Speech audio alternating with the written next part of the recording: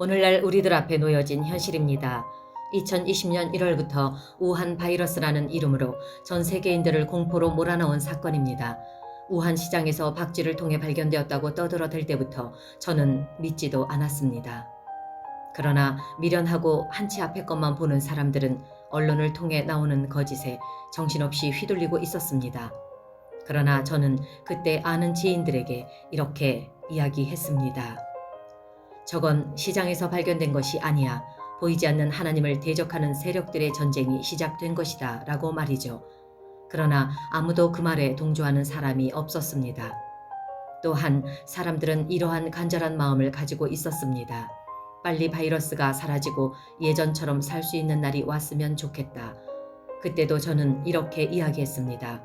이 바이러스는 더 강력해지면 강력해졌지 없어지지 않는다 라고 말이죠.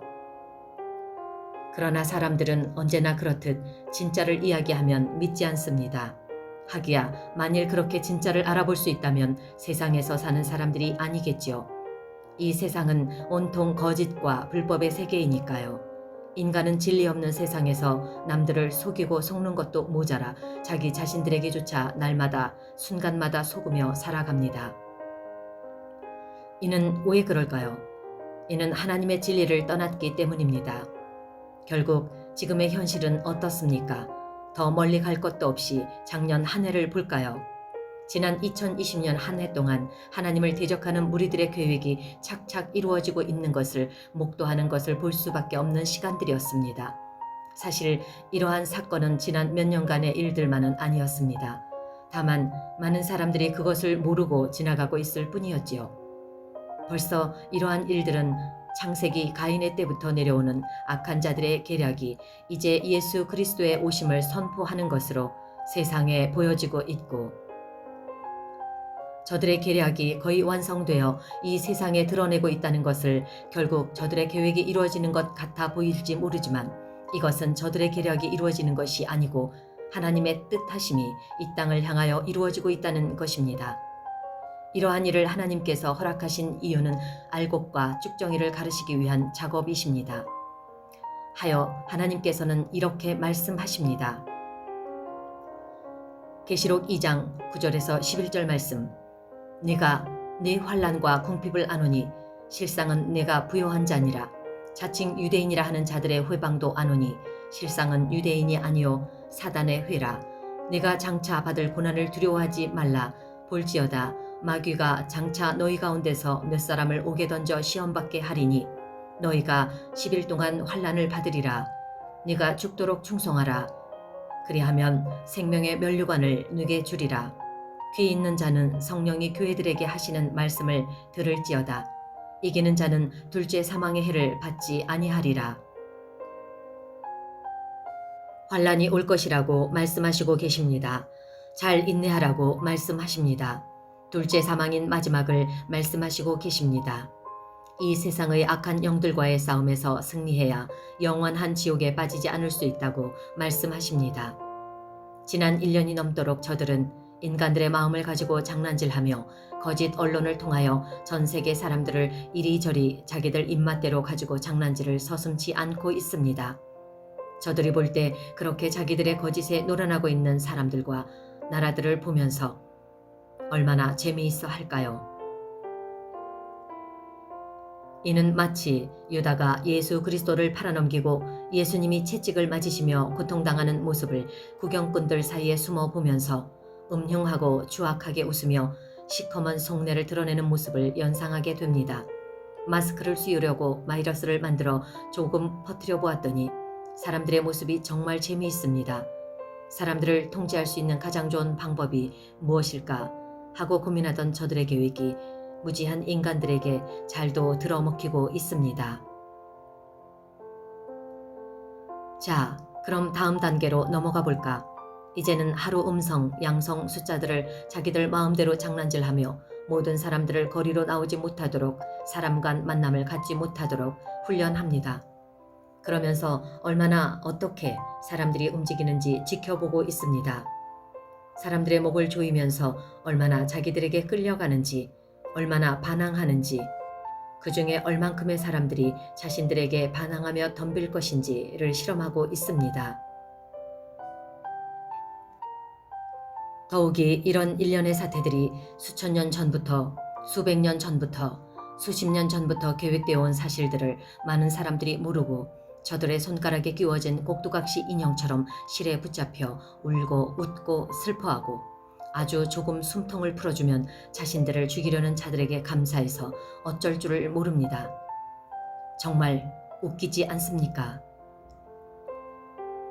2020년 7월 10일부터 현재 코로나로 인하여 4단계로 격상시켜 사실상 외출 금지 및 모든 행사가 올스톱되고 일하는 것 외에는 다른 어떤 것도 하지 말라는 것입니다.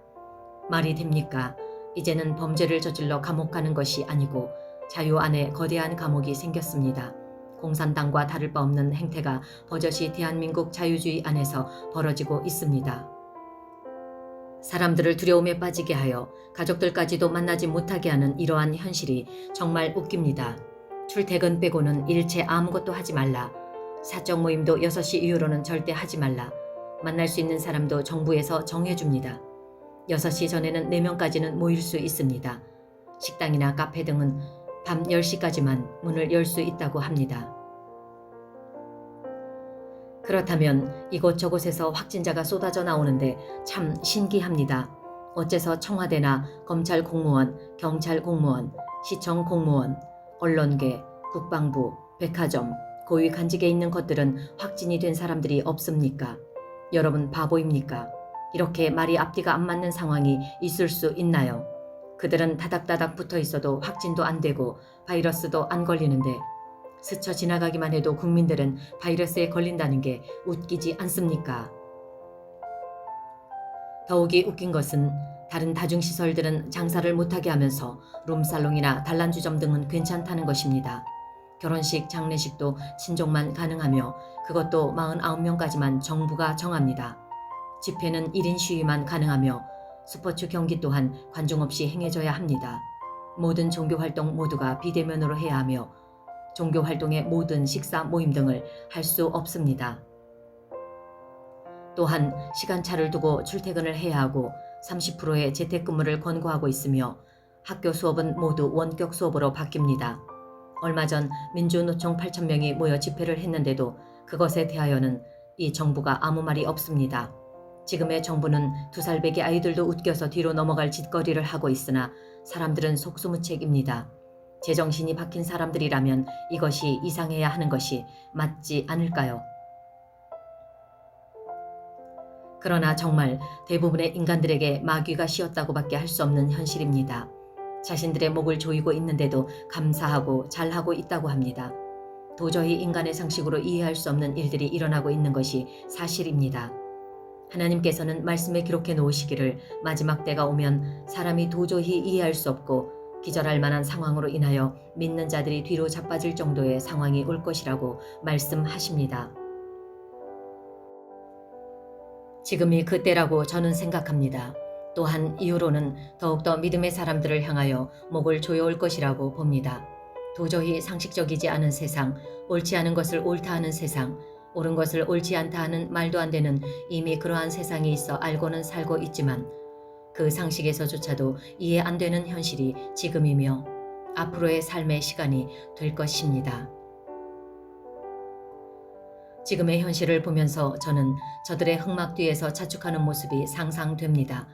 그러나 저들의 그 어떤 계략에도 승리하는 진정한 신실한 믿음의 하나님의 사람들 앞에서 저들은 자신이 죽을 만큼 자신들의 가슴을 칠 수밖에 없는 현실에 미쳐버릴 것입니다.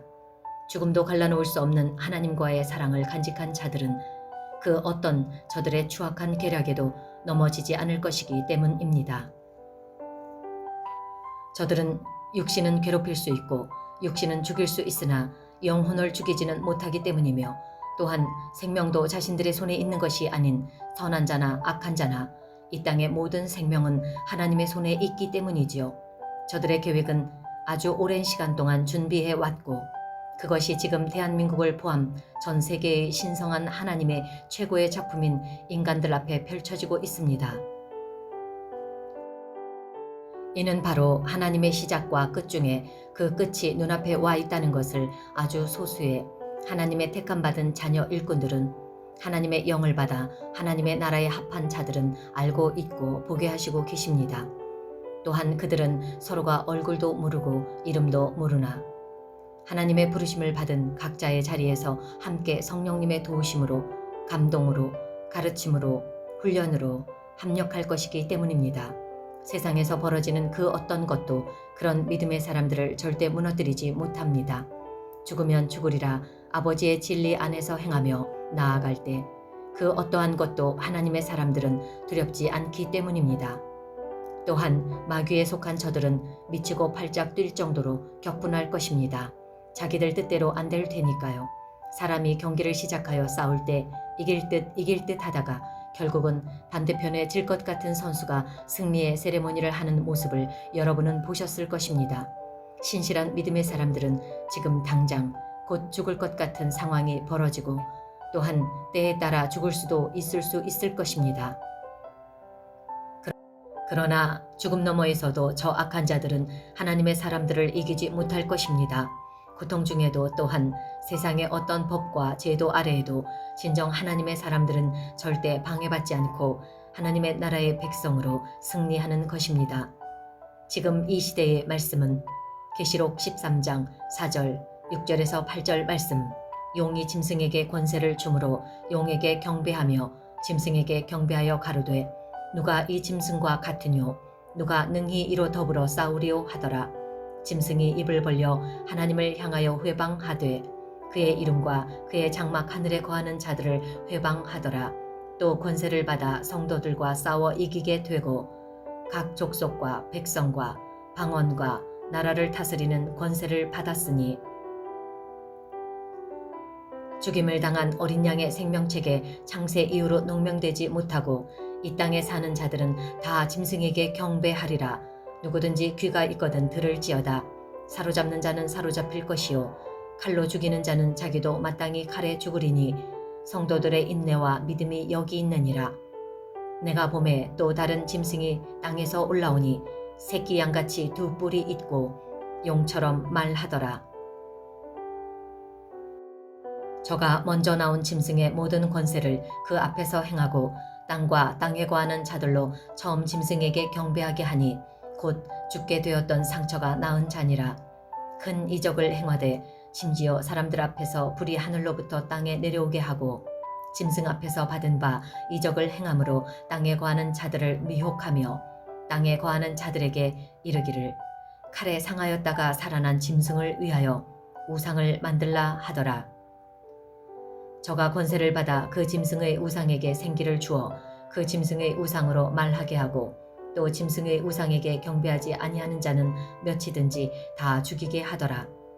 저가 모든 자, 곧 작은 자나 큰 자나 부자나 빈궁한 자나 자유한 자나 종들로 그 오른손에나 이마에 표를 받게 하고 누구든지 이 표를 가진 자 외에는 매매를 못하게 하니 이 표는 곧 짐승의 이름이나 그 이름의 수라.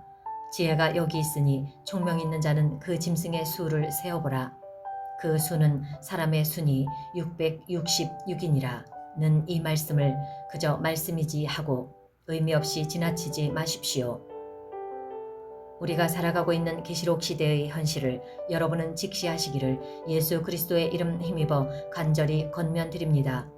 그래서 악한 세상에서 승리의 삶을 통하여 하나님께 영광과 찬양을 올려드리는 자녀 일꾼 되시기를 예수 그리스도의 이름 힘입어 기도드립니다. 하나님께서는 분명히 말씀하시고 계십니다.